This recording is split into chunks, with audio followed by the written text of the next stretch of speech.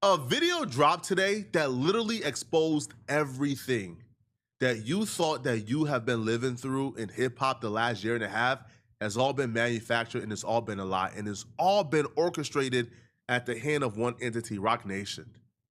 After this video, there's no doubts about it. Anybody who's adjacent to Roc Nation, they're disgusting, they're the devil, and they should also rot in prison. Because you don't get to do this to people and get away with it. This level of targeted harassment has to stop. Jay-Z did an interview, his first interview in a while earlier this year, where he essentially pledged revenge on all his enemies. Now, we didn't know to what extent he was gonna go when he said it, but we knew, in Jay-Z words, he was gonna be playing offense this year, not defense.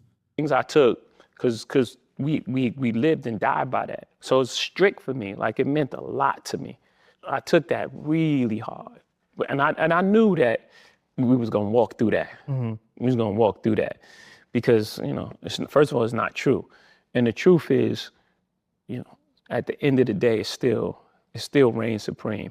When you're feeling these feelings, how do you then bounce back and get back to being Jay-Z? I don't know. This is the first thing I'm doing. Yeah. Actually, it was just like, all right, man, we played enough defense. 2026 is all offense. After Jay-Z said this, it felt like clockwork. Everybody got information and began to push Roc Nation's agenda against all of Roc Nation enemies. Now, a lot of these people share the same enemies as Roc Nation, but it still felt it still felt like they were all moving as a unit. Because what do we see happen after this interview? We see Jay-Z go after DJ Academics, Aiden Ross, Academics TV, and other entities that were severely anti-Roc Nation, other entities that helped Desiree's daughter get her messaging and her story out there, going against Roc Nation and going against Desiree, right? We see them calling Academics for a deposition, Aiden Ross for a deposition, because they've been critical. They used this sham lawsuit with Milagro to harass Academics, Academics TV, and other people in other independent blogs. We see them setting fraudulent copyright strikes. So we seen them go on the attack. We even began to see, now I'm not accusing anybody, maybe they were doing this without even knowing what they were doing, but we began to see media personalities start to drum up like false accusations on Academics TV, Academics, Drake, and other people who Roc Nation don't like. And some of those false accusations were accusing them of doing something illegal in their partnership with State. According to this article on Inverse, it says, according to a stack of class action lawsuits filed across 5 states this spring, who got paid? Bot operators. The suits claim the proceeds financed streaming farms that pumped out millions of fake plays of Drake's catalog, bending Spotify's algorithm, faking a culture-wide consensus, manufacturing the very stardom that made the casino deal valuable in the first place. A rigged casino generates fake wins. The fake wins fund fake screams. The fake screams manufacture real fame. The real fame sells the casino. A perfect circle that never once touches reality, which brings us finally to the man behind the curtain who you genuinely cannot make this up. Goes by Grand Wizard. George Wynn, an Australian named as a defendant, allegedly runs the Academics TV account and operates in chat under that handle. The filings cast him as the operational hinge, the guy who converts the state crypto to cash, okay? Liaisons with the bot vendors and coordinates narratives, the paid clips, the manufactured praise, the slander of rival artists, the synthetic chat hype that makes a stage moment feel organic, and per the leaked chat, logs the complaints lean on. The wizard wasn't freelancing. He was allegedly taking his marching orders straight from Drake and DJ Academics. The hype man for the hype was himself a hire? George Wynn named in the lawsuits as the operator. Oh, strip away the crypto rails and the bot farms, and what you're left with is almost petty.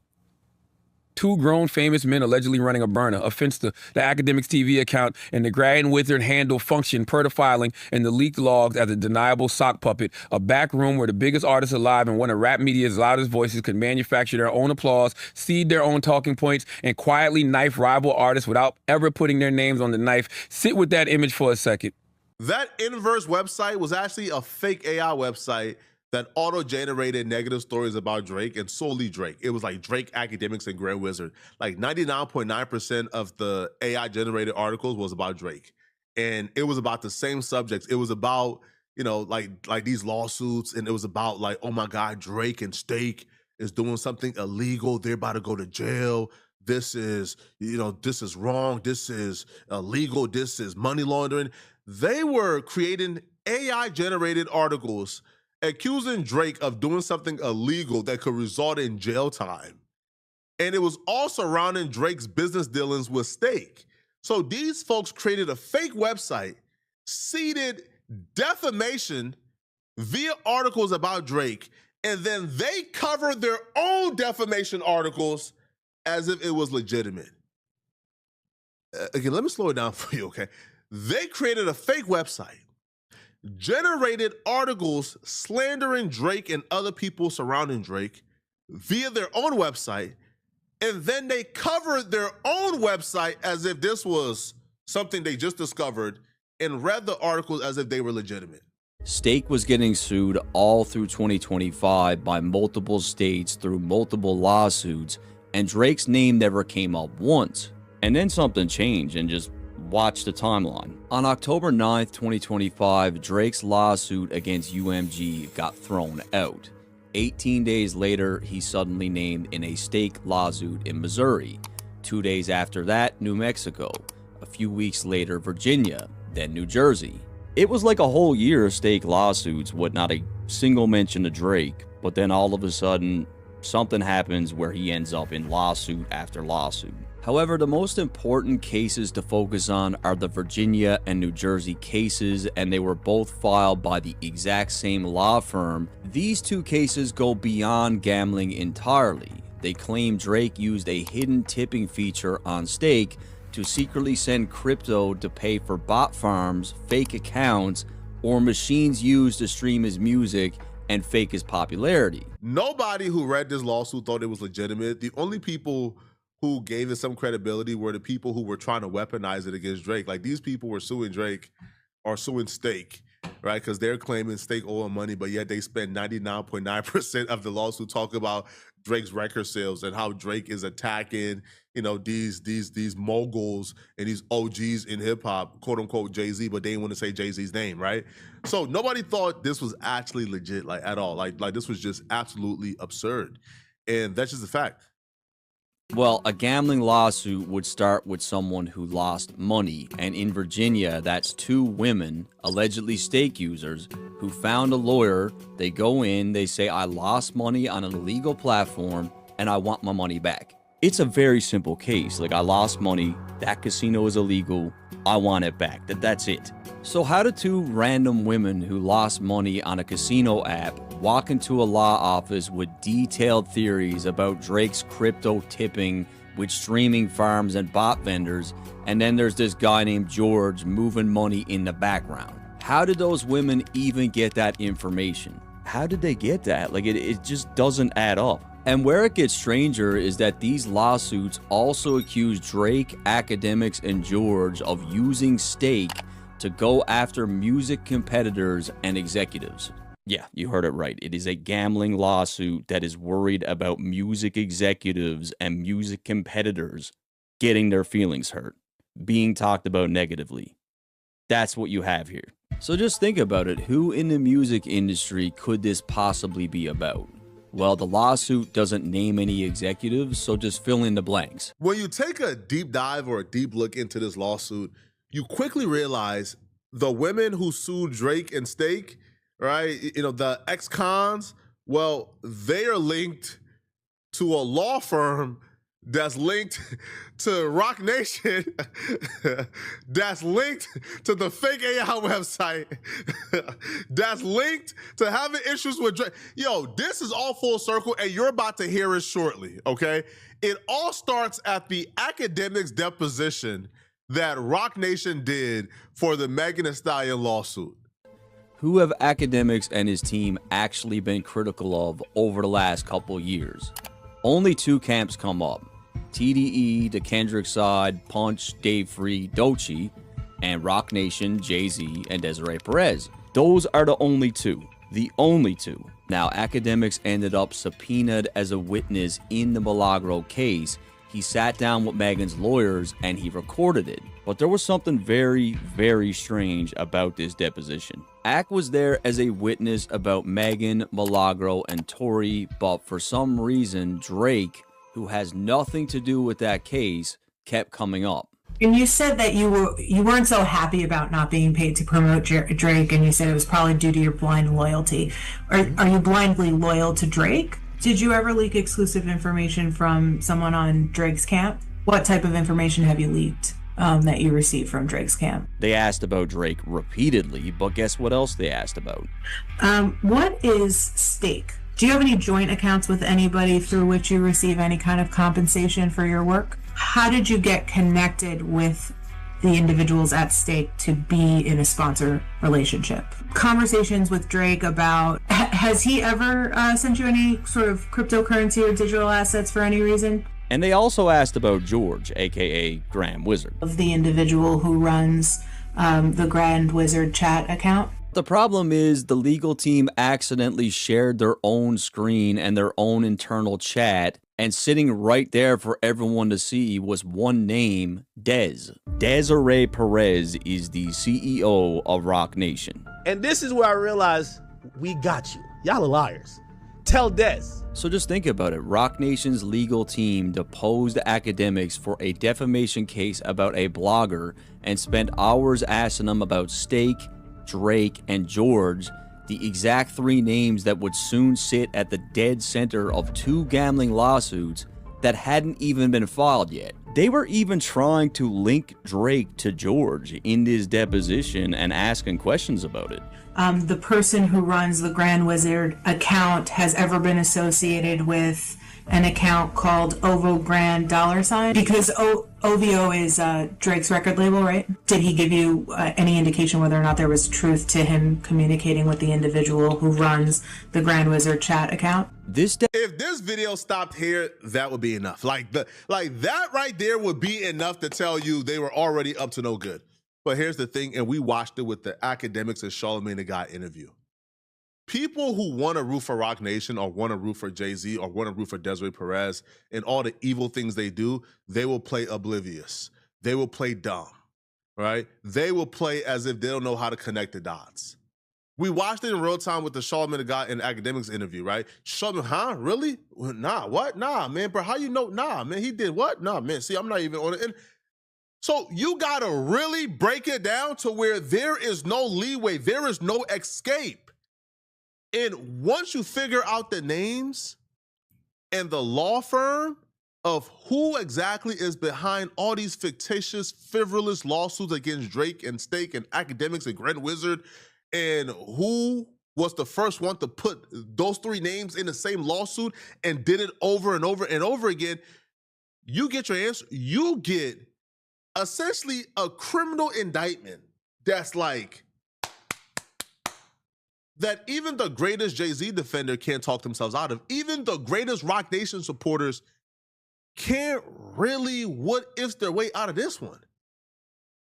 This is as concrete back against the wall as I've ever seen Roc Nation in my life. They really got caught red-handed. Did Drake ever tell you one way or another if he paid to help secure Grand Wizard's account? And the Virginia lawsuit gets even stranger when you look at who's actually suing.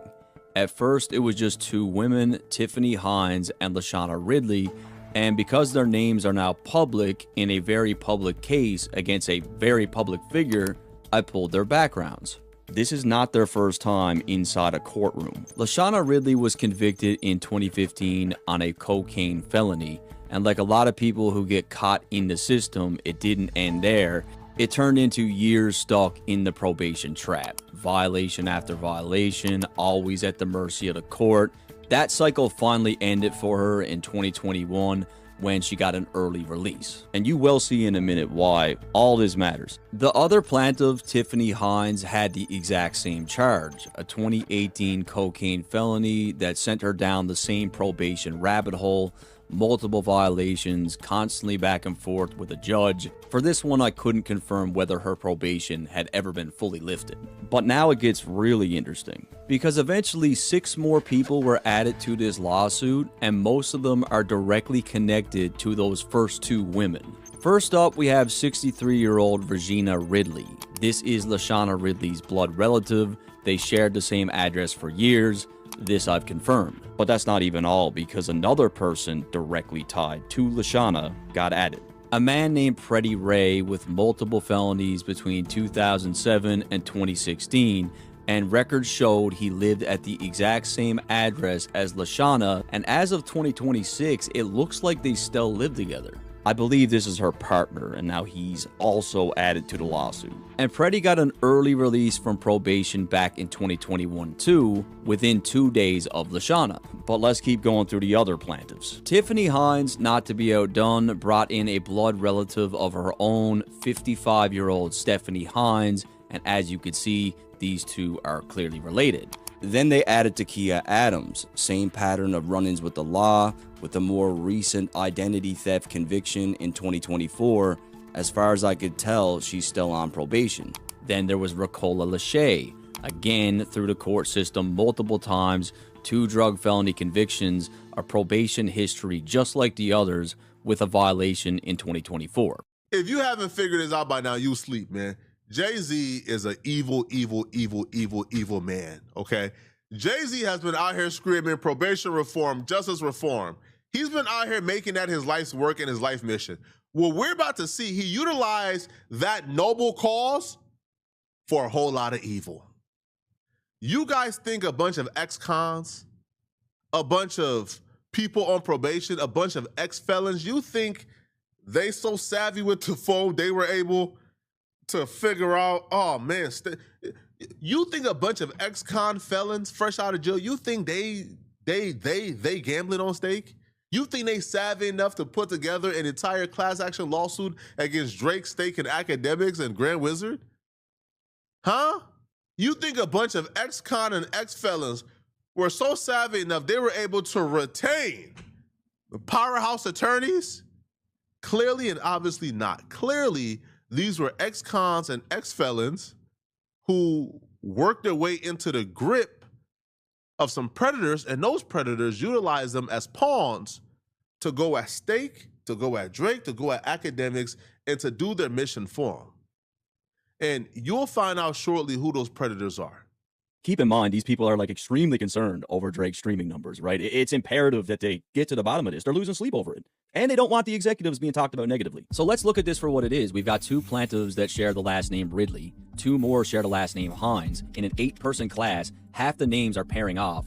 2 of them, Lashana Ridley and Freddie Ray, have shared the same Norfolk address for years. Not the same city, they live in the same house, and all 8 come out of the same metro area, running through the same criminal courts. It looks completely ridiculous. A class action lawsuit is supposed to be open to anyone who was hurt by the thing you're suing over. And the whole point of a platform like Stake is that anybody anywhere with a phone can lose money on it. A real class should have scattered total strangers, but instead you've got shared last names with blood relatives, shared households, all packed into this one tiny corner of one state. In my opinion, this is not a class of strangers who all stumbled upon the Stake app. These are people that know each other, that filed together. Which raises the obvious question, if these people were connected before the lawsuit, whether it was from the same families or being from the same neighborhoods or in the same court, then who brought them together, and who decided this was the group that should sue Drake with an elaborate theory about botted streams and crypto tipping through Stake? This is where we look into the firm that filed the lawsuit. The firm handling the Virginia case is Impressa Legal Group, the same firm that filed the New Jersey lawsuit, which is basically a carbon copy. It has the same theory from the same firm. And when you look at the lawyers whose names are actually on the filing, it gets interesting fast. George Costell and Richard Kelsey of Impressa Legal Group. George Costell owns the firm, but the interesting part is his history. He's a former commercial litigation partner at a firm called Reed Smith, and I'll explain why this matters in a second.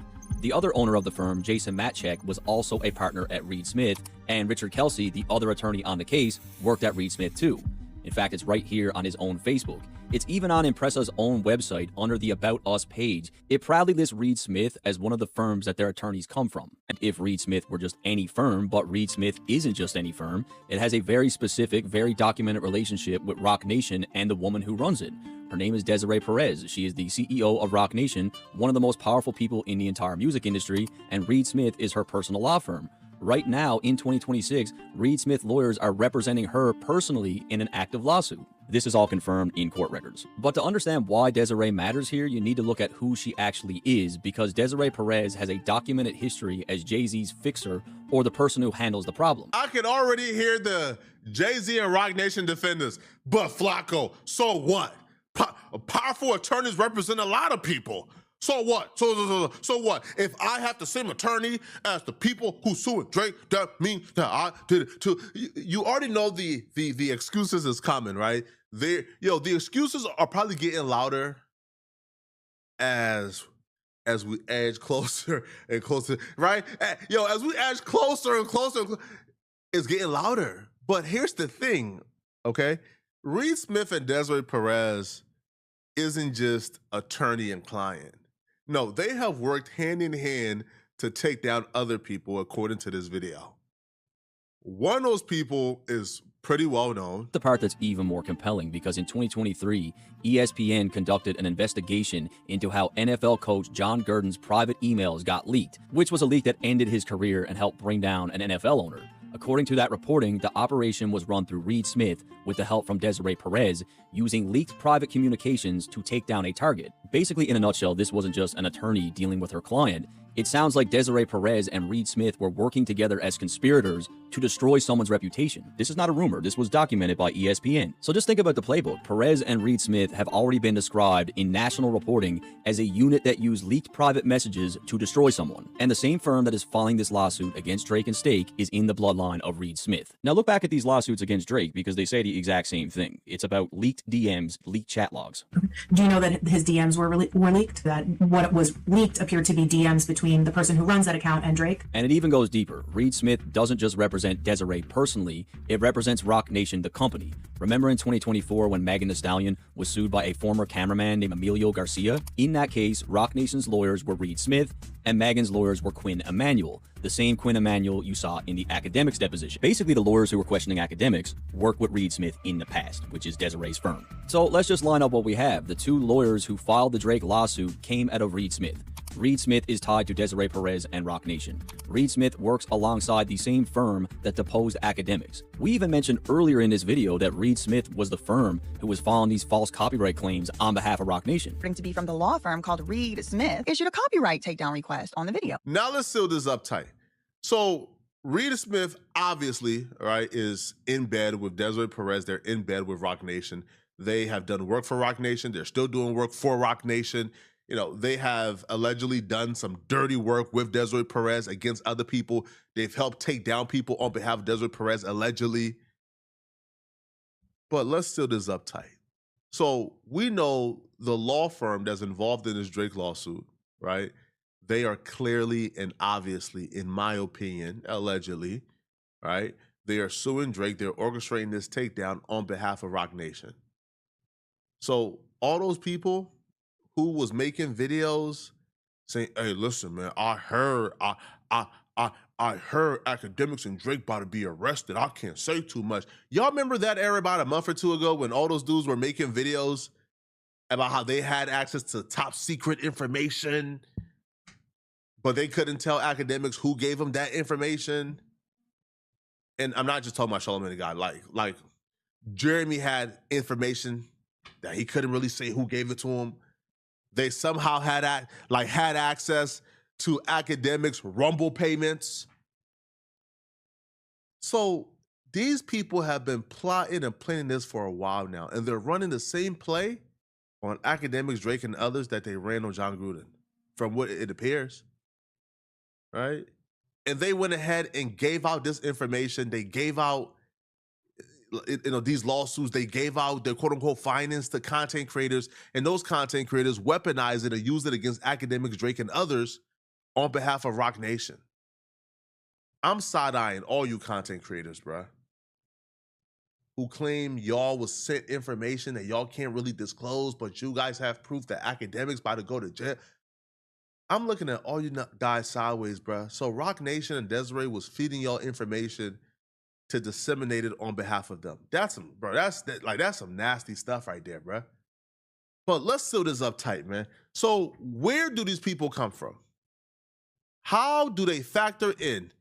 Why and how is Reed Smith connected to these people that ultimately is suing Drake, Academics, and Grand Wizard, in my opinion, right, as get back for them dissing or going at Roc Nation? But what does that have to do with this Virginia lawsuit? Well, remember, almost everyone in this case has a criminal record and a history of probation problems, which brings us to Roc Nation's nonprofit, Reform Alliance. Reform Alliance is a criminal justice organization co-founded by Jay-Z, Fanatic CEO Michael Rubin. Remember, he's in the gambling business too, and then Desiree Perez is on its board. The company's entire mission is fighting the probation trap, which is the exact system that kept a lot of our plaintiffs stuck in a cycle of violations for years. Then there's the fact that some of the plaintiffs in this case seem to still be on probation. One of the first states that they went into was Virginia. In 2021, Reform Alliance pushed to change Virginia's probation laws, and they won.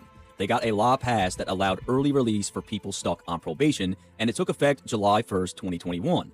Now remember Lashana Ridley and Freddie Ray, two of the plaintiffs suing Drake. In December 2021, 5 months after that new law kicked in, Lashana Ridley was released from probation early, and exactly 2 days later, so was Freddie Ray. So basically, the people suing Drake were freed from Virginia's probation system in the exact same year that Jay-Z and Desiree Perez's organization rewrote Virginia's probation laws. But this only gets tighter. On October 18, 2024, Reform Alliance and Roc Nation held a massive public job fair in Virginia. The job fair was built to help formerly incarcerated people find work and get help cleaning up their criminal records. And guess who Roc Nation brought in to handle the legal services at the event? Reed Smith. The exact same firm that represents Desiree Perez, the exact same firm that represents Roc Nation, the exact same firm Impressa's owners came from. They were physically in the room at Roc Nation's event in Virginia, sitting across from formerly incarcerated people who were on probation, and we know Reed Smith was there because Reform Alliance said it themselves. Their own website said Reed Smith would be on hand to help with expungement.